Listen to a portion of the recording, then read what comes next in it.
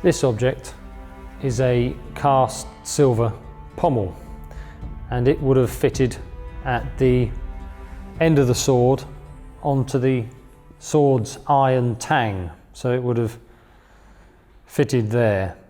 It is particularly significant because it is one of the earliest objects in the collection, one of the few objects in the hoard that is definitely of foreign manufacture. It is an import. It was not made in early Anglo Saxon England. On one face, in the centre, we have the bearded head of a man, shown with wide ecstatic eyes, and the head is flanked on each side by an animal leg.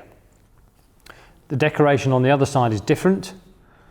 We have at the centre here two creatures, each is shown with a ribbon body and a single leg.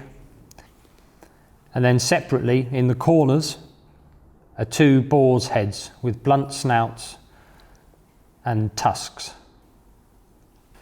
On the shoulders we have this geometric interlace. The whole pommel was gilded, and the detail of the decoration was also highlighted with niello, a black inlay, which would have created a striking contrast between the gold and the black. Also note the wear on the pommel, which is particularly visible on this side, where the decoration at the top, the two heads of these animals, has been virtually worn away by the constant action of a hand resting on the top of the sword, worn at the waist. This heavy wear and the style of the ornament points to a late 6th century date for this object, which means that this object came from a sword which was already decades, if not generations old, when it came into the collection. So we're dealing with a pommel from what we might term an heirloom sword.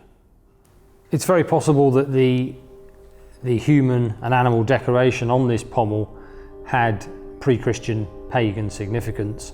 Particularly the conspicuous godhead may perhaps be identifiable with Odin or Woden, and it's possible too that the animal elements on the other side had pre-Christian iconographic significance.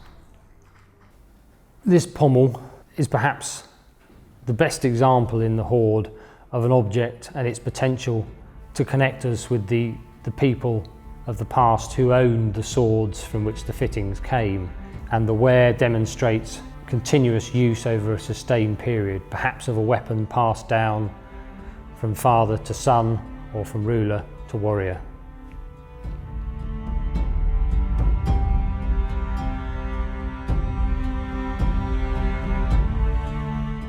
Watch out for more films in this series.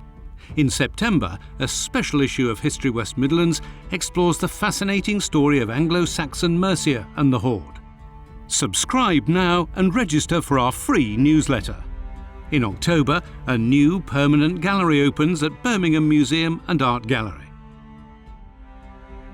The Staffordshire Hoard is owned jointly by Birmingham City Council and Stoke-on-Trent City Council.